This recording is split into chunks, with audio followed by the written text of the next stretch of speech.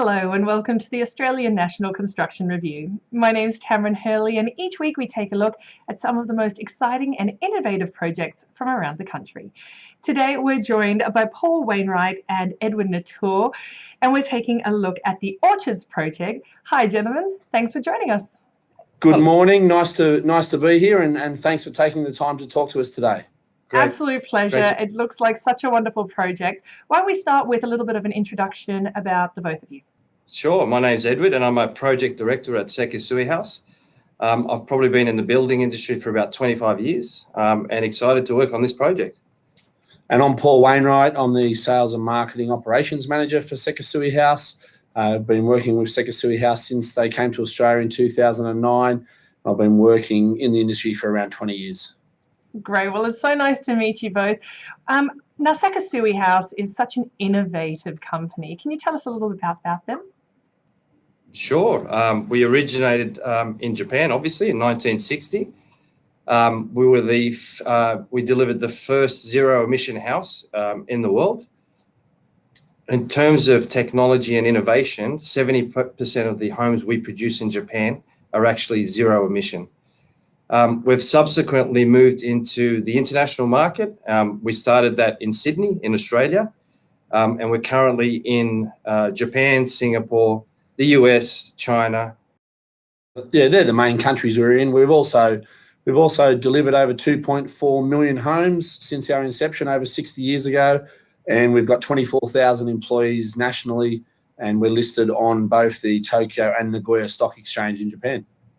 That's incredible. Well, this project, the Orchards project, is one of the most significant master planned projects introduced into Australia in over a decade. Can you tell us a little bit about the project? Sure. The Orchards is an amazing new estate that we're delivering in Norwest, which sits in the Hills Shire in Sydney. It is consisting of 1,300 apartments, which will be delivered across a series of stages. We're currently delivering our first stage, and some of the features of the estate, I think, that are unique to it are the integration with the local landscape and natural environments, as well as having a broad range of facilities and amenities, which we'll touch on a little bit later. Absolutely. And I mean, just from those pictures, they look gorgeous. Tell us a little bit about the apartments that are available. Broad range. We range in terms of the product that we've got available. It ranges from 1, 2, 3, and 4 bedroom apartments.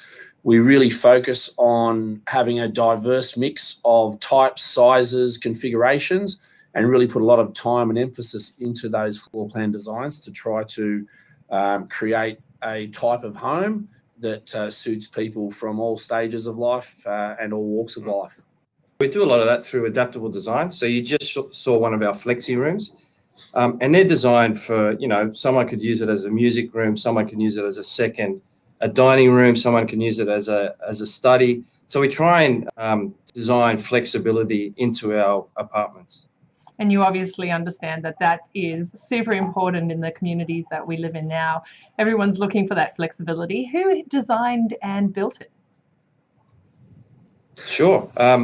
So we actually have our own internal design guidelines. We then go through a thorough tender process with some local architects. The stage 1 project was designed by Turner and Associates.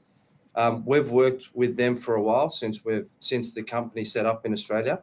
That was in collaboration with McGregor Coxall, who did a lot of the landscape design. Well, it does look absolutely gorgeous. Can you tell us a little bit about the most striking features? Oh, look, there's probably too many to mention. I don't think we'll have enough time, to be honest. But I guess one of the drawing inspirations for the estate and the branding and the theming and construction elements and application has been the history of this site and the fact that where we are sitting on at the Orchards was one of Australia's first orange groves back in the late 1700s. And what we found, that's paying homage back to and respect back to that history is what's given us the inspiration on, applying a lot of natural landscaping, retaining as many local existing trees that are on site as possible. And we're actually planting our own orange trees within the estate, which residents will be able to pick fruit from and enjoy. So why don't you tell us a little bit about the bike paths and the various publicly accessible areas that you're integrating into the project? Sure. So as part of our master plan design, what we would do before we even start drawing is to survey the existing landscape. And part of that is to look at how we integrate some of the external features within our site. What we managed to do at the orchards is preserve just over a hectare of public open space. And we're able to do that by retaining over 100 mature eucalyptus trees. Part of that also is extending bike paths and having, the outside community actually integrate within our development as well.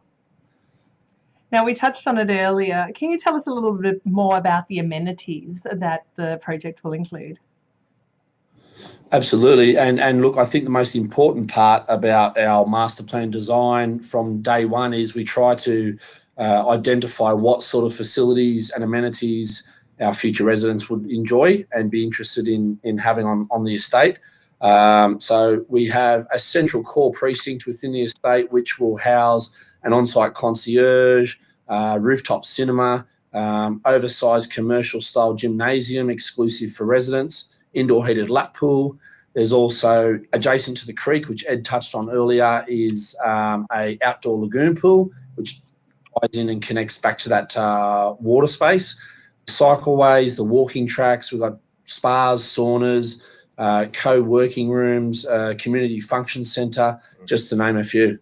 All right, save me a spot. I'll definitely be purchasing one of these. It sounds amazing.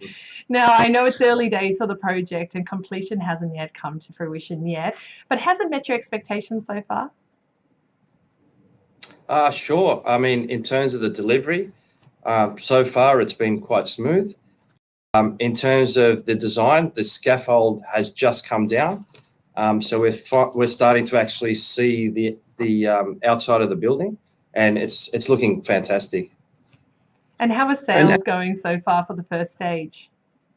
Yeah, so in addition to Ed's comments, one of the first things we really wanted to focus on was getting our first building up and running and under construction.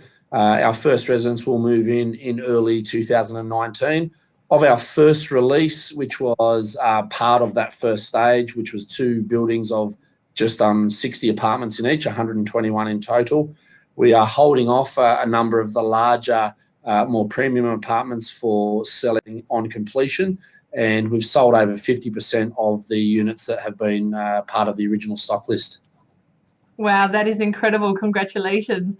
Now, if anyone would like to get in contact with you about purchasing or finding out more about the project, how can they do that? You can obviously, probably the most exciting way to find out about the estate is to visit our display suite, which is located at 30 Fairway Drive, Kellyville, which has actually now been renamed as Norwest as well. So that's exciting there with the Norwest train station adjacent to our estate. Or you could go to www.the-orchards.com.au and one of our friendly sales team will show you around an amazing display suite and introduce you to an amazing estate as well. Well, gentlemen, it looks absolutely fantastic. You must be so proud. Thank you so much for sharing your information with us and showing us around a little bit. Thank you for joining us. Our pleasure. Have a great afternoon and soon. Thanks for having us. Absolute pleasure. And if you'd like to find out more about this project or any of the projects that we featured on the show, don't forget to visit us at www.ancr.com.au. Thank you for joining us. I'm Tamron Hurley.